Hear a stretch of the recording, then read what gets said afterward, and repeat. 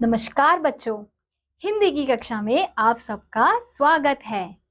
तो बच्चों, मैं हूं आपकी हिंदी की अध्यापिका जो आपको आज की कक्षा में अध्याय नंबर 1 पढ़ाएगी।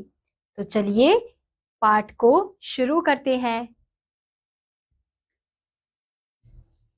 अध्याय का शीर्षक है निकला सूरज। हमें पहले अध्याय में एक कविता दी हुई है। तो सबसे पहले हम पाठ परिचय पढ़ते हैं कि इस पाठ में हमें क्या बताया जा रहा है। सूरज की पहली किरण के साथ चारों ओर का वातावरण एकदम जीवंत हो जीवंत हो उठता है। उसी चहल पहल भरे परिवेश को कविता में प्रस्तुत किया गया है।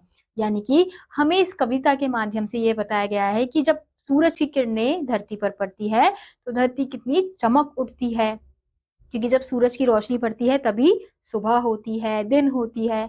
तो उससे ही धरती कितनी सुंदर लगती है। तो चलिए कविता को शुरू करते हैं। निकला सूरज हुआ सवेरा, पूरब को लाली ने घेरा। बगिया में महके सब फूल, चहकी चिड़िया सब कुछ भूल। मुर्गे ने भी बांग लगाई, अम्मा उठकर बाहर आई। आकर घर आंगन को बुहारा, फिर उसने मुनिया को पुकारा।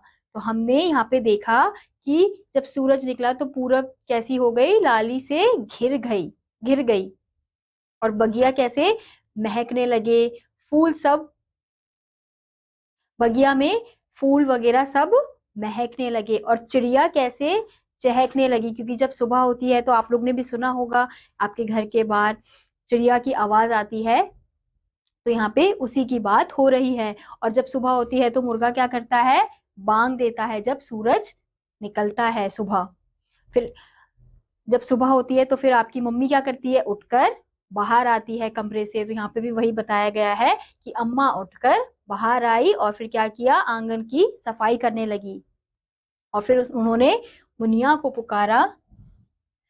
फिर दोनों मंदिर में जाती, पूजा कर घर वापस आती। पीकर दूध नाश्ता लेकर, धुली हुई पोशाक पहनकर। मुनिया जाती है स्कूल मुनिया जाती है स्कूल, कभी ना